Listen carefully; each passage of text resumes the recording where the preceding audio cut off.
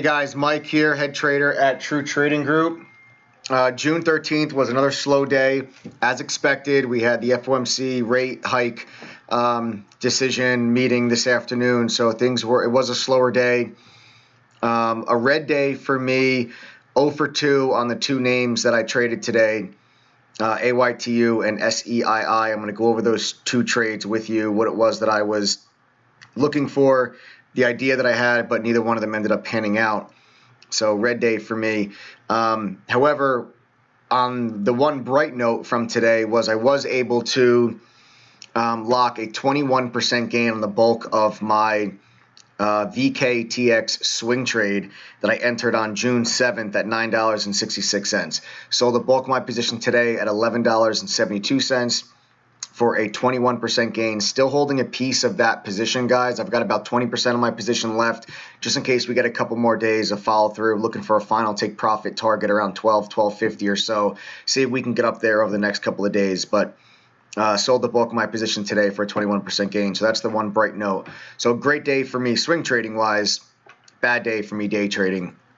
And I'm going to get into, let's get into the day trades first, guys. I'll tell you what it was that I was looking for to have happen.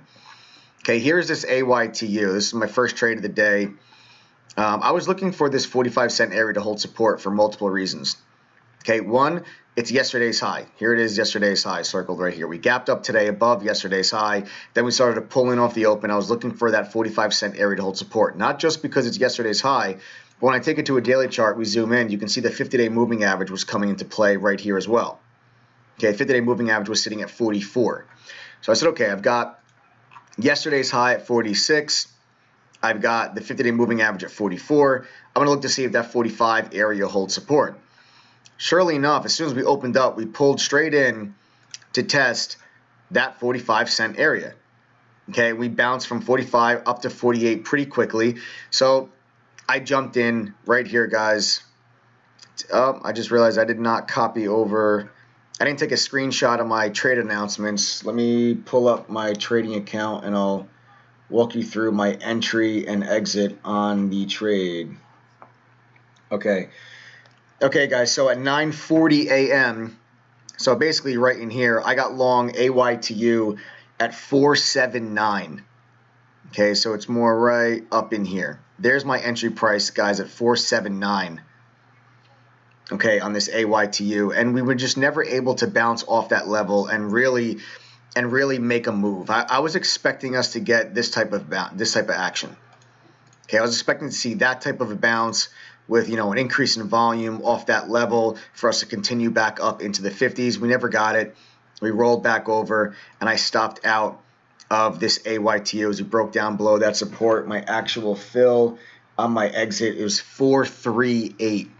So long at 479, stopped out at 438. So it was not a good way to start the day on that AYTU. You can see just that support area was not able to hold, and we just broke below it, and I stopped out of the position. Okay, so started the day off with a loss. Then I went after SEII. Okay, SEII, I actually had some pretty good expectations on. Because I love the daily chart. There's a lot of resistance right below $5. If I take it to the daily, here it is. You can see right here all this resistance at $5. Okay, and then here we are today, right there, $5.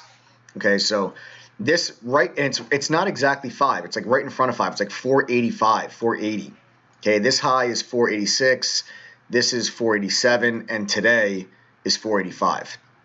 Okay, so the stock has not been able to break through that 485 level multiple occasions. So I thought if we broke through that, I thought we had plenty of room to run up to like 550, 575. And that's what I was hoping to catch. That line is still drawn up there. That's that resistance level I just had up there. And what I started to notice was the 38.2 fib line was holding support beautifully. Okay, this is why I decided to enter this trade. Here is your 38.2 Fibonacci support. Okay, I got long right as we broke back through VWAP right here. My actual entry price on this was 452. Guys, okay, long at 452 right here inside this candle. And my initial plan on this was to take some profit off in front of the high, just in case that resistance level that I just showed you on the daily chart, just in case that resistance level did not break, I want to take some profit off in front of the high, and then I was going to hold on to a piece of the position in case we broke through the high and broke through that resistance level that's on the daily chart. And I thought we would get some real good continuation if we saw that happen, but you can see we were never able to even get back up to test the high.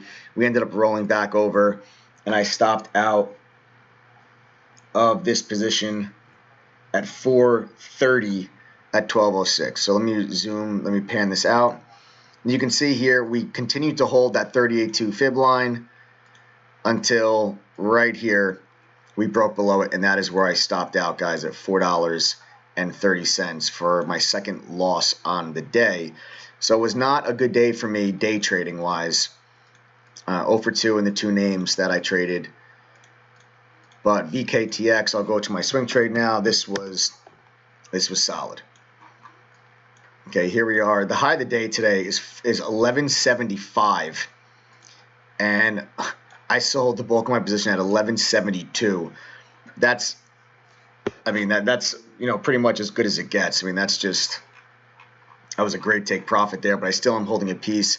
Take you back to, let's go to a 15-minute chart, and I'll show you my entry on the 7th was right there.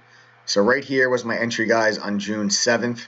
I took some profit off at 1040 here, okay, on the 11th. That was 25% of my position, and then I sold half my position right here for a 21% gain. Still have a piece of that position. Looking to see if we can get up to that 1250 area. All right. Here's a daily chart on VKTX. So good day for me swing trading, bad day for me day trading. Tomorrow's a new day. I'll see you guys in chat. Take care. Have a great night. See you tomorrow.